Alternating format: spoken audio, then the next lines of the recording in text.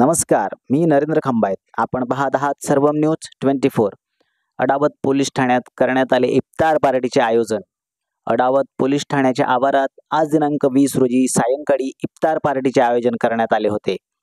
यावेळी माजी जीप सदस्य शांताराम पाटील, हाजी फजल सेठ, हाजी पिरू सेठ, अली मली काझी, साखरलाल महाजन, नामदेव पाटील, सचिन महाजन आदींची प्रमुख उपस्थिती होती. यावेळी अडावत पोलीस ठाण्याचे सपोनी प्रमोद वाघ यांनी रमजान महिन्यातील रोजा यावर आपले विचार मांडत सण उत्सव गुण्यागोविंदाने साजरे करण्याचे आवाहन केले. जातीय सलोखा, सामाजिक एकोपा टिकून राहील याचीही सर्वांनी दक्षता घेण्याची गरज असल्याचे त्यांनी या प्रसंगी नमूद केले.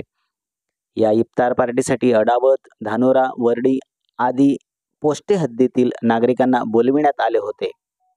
यावेळी उपस्थित मान्यवरांनी सण उत्सव एकोप्याने साजरे करणार असल्याचे आश्वासन आपल्या मनोगतातून दिले.